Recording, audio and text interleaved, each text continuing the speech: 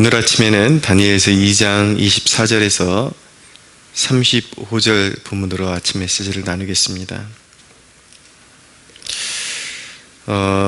하나님께서 느부갓네살 왕에게 어떤 그가 꿈을 꾸는 중에 환상을 주신 그 내용의 연장선상을 다루고 있습니다. 그 환상 속에서 큰 우상 신상을 이렇게 왕이 보게 되었죠.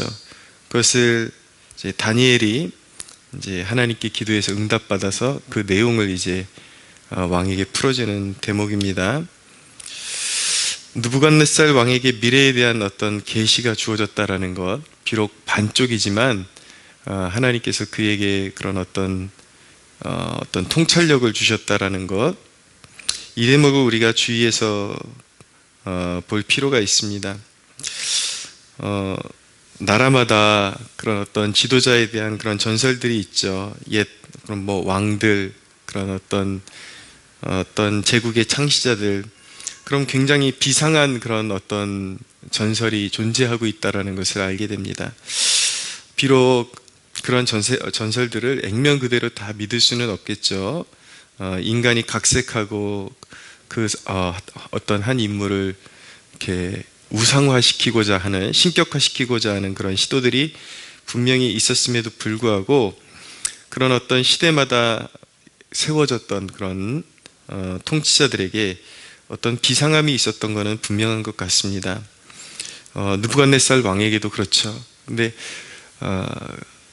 그가 철저하게 하나님을 유일하신 하나님으로 믿고 섬긴 그런 정말 하나님의 참 백성의 면모가 있지는 않았다 할지라도 분명히 그에게 하나님께서 그에게 그런 통찰력은 주신 것은 분명하다라는 것을 알게 됩니다. 그러나 이런 대목을 우리가 접하게 될 때에 오히려 그런 느부갓네살 왕을 비롯해서 시대에 일어났던 통치자들의 그 비상함이 부각되는 것이 아니라, 드러나는 것이 아니라, 사실은 이런 대목을 접할수록 오히려 모든 통치와 그런 권세를 세우시는 주권이 하나님께 있다는 사실을 극명하게 그렇게 알게 됩니다. 그래서 모든 통치와 권세를 이렇게 세우시고 그것을 이제 다시 이렇게 허무시는 분이, 그 주권이 오직 하나님께 있다. 위대한 역사를 이루시는 주권자가 바로 우리 하나님이시다라는 것을 더 극명하게 보여주고 있는 것입니다. 그런데 느부갓네살 왕은 그 꿈의 그 반쪽밖에는 알 수가 없었어요. 근데 다니엘은 그 꿈의 그 전말을 분명히 알 수가 있었습니다. 하나님께 구해서 그것을 받은 것이죠. 그리스도인은 어떤 존재인가? 세상의 권세와 지혜자가 알지 못하는 비밀을 소유한 사람들이라고 말할 수가 있습니다. 고린도전서 2장 6절에서 10절을 좀 우리가 참고할 만한데 읽어드리겠습니다. 그러나 우리가 온전한 자들 중에서는 지혜를 말하노니 이는 이 세상의 지혜가 아니요 또 이 세상에서 없어질 통치자들의 지혜도 아니요 오직 은밀한 가운데 있는 하나님의 지혜를 말하는 것으로서 곧 감추어졌던 것인데 하나님이 우리의 영광을 위하여 만세전에 미리 정하신 것이라. 이 지혜는 이 세대의 통치자들이 한 사람도 알지 못하였으니 만일 알았더라면 영광의 주를 십자가에 못 박지 아니하였으리라. 기록된 바 하나님이 자기를 사랑하는 자들을 위하여 예비하신 모든 것은 눈으로 보지 못하고 귀로 듣지 못하고 사람의 마음으로 생각하지도 못하였다 함과 같으니라. 오직 하나님이 성령으로 이것을 우리에게 보이셨으니 성령은 모든 것 곧 하나님의 깊은 것까지 통달하시느니라 라고 말씀하고 있습니다. 복음의 진리가 만세전부터 감춰졌던 것인데 그 계시가 평범해 보이고, 그리고 세상에서 많이 배우지 못한 사람이라 할지라도 그리스도를 믿는 하나님의 백성들에게 성령으로 말미암아 드러나 있다라는 것을 말씀하고 있는 것입니다.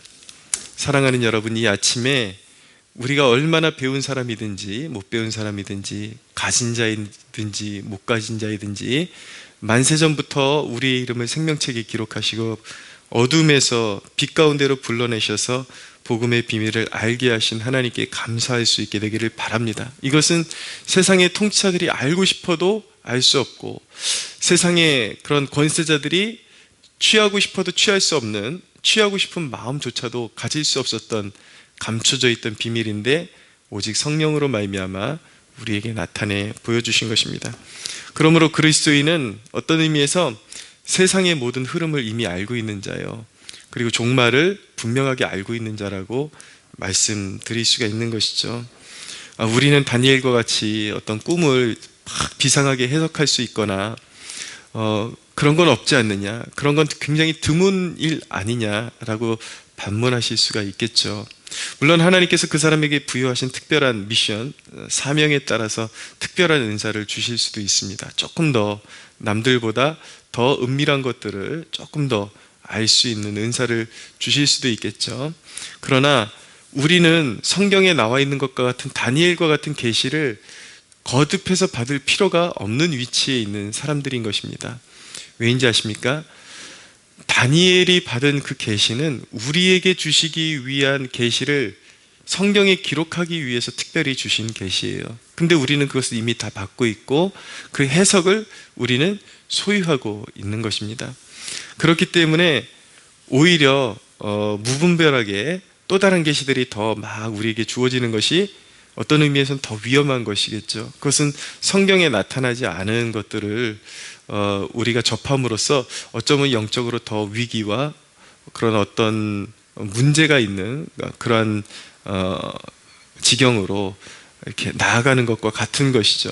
그러나 너무나도 안전하게 우리의 그런 어떤 믿는 자들의 그런 어떤 운명과 그리고 앞으로 주어질 우리 앞에 행해질 일들에 대해서 이미 성경이 너무나도 분명하게 말씀하고 있기 때문에 우리는 이 세상의 그런 어떤 통치자들과 권세자들과 지혜자들도 알지 못하는 영적인 흐름들, 그리고 역사의 그런 방향성과 흐름을 이미 알고 있는 사람들이라고 말할 수가 있는 것입니다. 모든 역사는 그리스도를 통해서 이제 성취가 되고 이제 종료가 될 것입니다. 모든 믿는 자들은 하나님의 심판대 앞에서 상급을 얻게 될 것이고, 모든 믿지 않는 자들은, 그리고 하나님을 대적했던 자들은 영원한 심판과 멸망에 들어가고 말게 될 것이죠. 나아가서 우리는 모든 믿는 자의 완전한 부활을 알게 되는 것이고 영화롭게 되어서 주와 함께 영원토록 살게 될 것이라는 그 사실을 우리는 알고 있는 것입니다.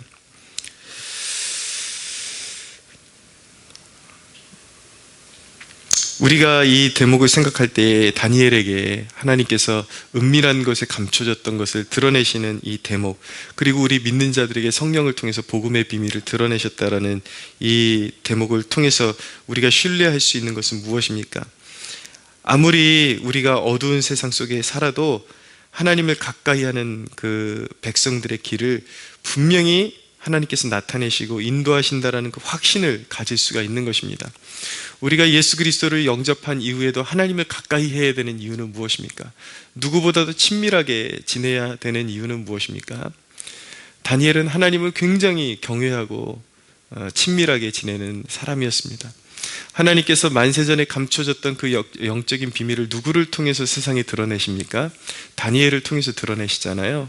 다니엘을 통해서 알게 하시고 어떤 위기 가운데서 구원의 역사를 드러내시죠. 그런 것처럼 하나님을 경외하는 백성들, 하나님을 가까이 하는 백성들을 통해서 하나님은 늘 그 구원의 위대하심을 드러내신다라는 것, 그리고 그 앞길을 숨겨져 있던 하나님의 역사들을 하나님의 백성들 앞에 펼쳐 보이시고 안전한 길로 인도해 가신다라는 것, 그것을 우리는 신뢰할 수 있기 때문에 우리는 염려하고 두려워하기보다, 그리고 세상과 가까이 지내기보다 더욱더 하나님께로 가까이 가고 하나님과 친밀하게 지내야 하는 것입니다. 자, 우리가 이 하나님께 속한 감춰졌던 비밀을 드러내는 다니엘의 모습을 통해서 한 가지 또 배울 것이 무엇이냐면, 다니엘은 하나님이 허락하신 비밀을 드러내면서도 하나님만을 높이는 자세를 잃지 않았다라는 것입니다.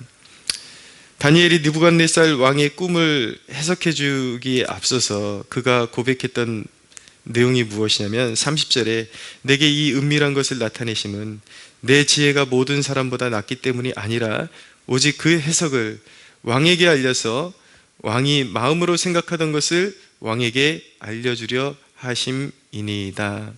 자, 우리 시대에 좀 영적으로 탁월하다는 사람들, 일부의 사람들의 그런 모습들을 지켜보십시오.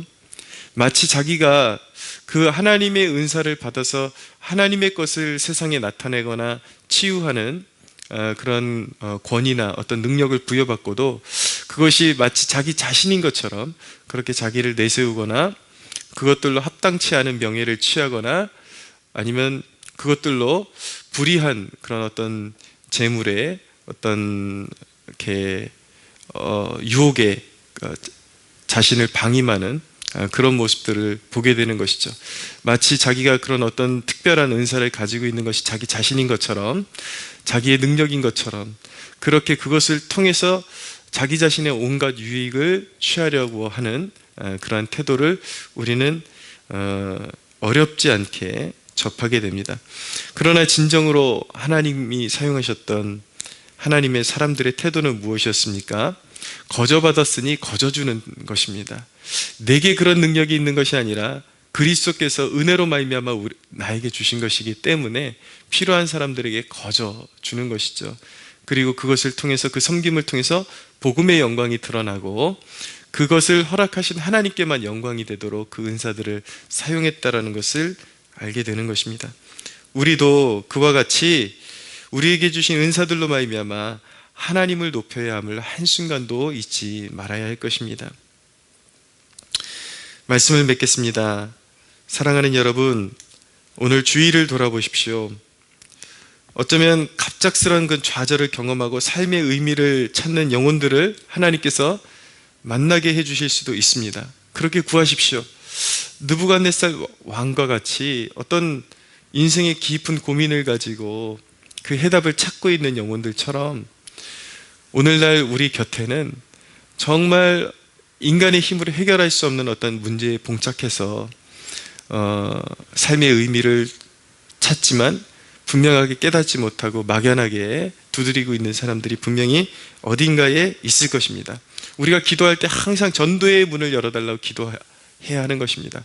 그렇게 인생의 어떤 하나님의 그 강권하심을 통해서 인생의 의미를 찾고 있는 사람들, 그리고 인생의 앞일, 자기의 앞일은 어떻게 되는 것일까, 장래일을 걱정하면서, 그리고 특별히 그런 내세에 대해서 염려하거나 관심을 가지고 이제 나의 운명은 어떻게 되는 것일까, 어디로 나는 가고 있는 것일까, 인생의 참 의미는 무엇일까, 그리고 찾고 있는 사람들이 분명히 있을 것입니다. 우리가 기도할 때 하나님께서 그들을 만나게 해주실 것입니다. 사랑하는 여러분, 그런 인생의 의미를 찾는 영혼들이 있다면, 발견되어진다면 주저하지 말고 신방하십시오. 찾아가십시오. 그리고 그 사람들에게 말해주십시오. 분명하게 말해주십시오. 하나님 앞에 겸손히 엎드릴 때야 삶이 장구해짐을 그들에게 알게 해 주십시오. 오직 그리스도의 십자가 안에 구원이 있고 그분을 섬기는 것에 인생의 의미가 있고 영원한 삶이 있다는 것을 알게 해 주십시오. 여러분들이 소유하고 있는 것이 얼마나 귀한 것이고 세상이 깨닫고 싶어도 깨닫지 못하는 것이요, 세상의 권세자들이 알고 싶지만 다 이해하지 못했던 것들을 성령께서 나타내 보여주신 귀한 것들이라는 것을 깨닫는 이 아침 되기를 원합니다. 우리는 그리스도의 증인으로 부름받았습니다. 하나님께서 우리의 심령 가운데 계시로 말미암아 불어넣어 주신 그 존귀한 것들을 영적인 어두움 가운데 처해 있는 영혼들에게 전해줄 사명을 우리는 가지고 있는 것입니다.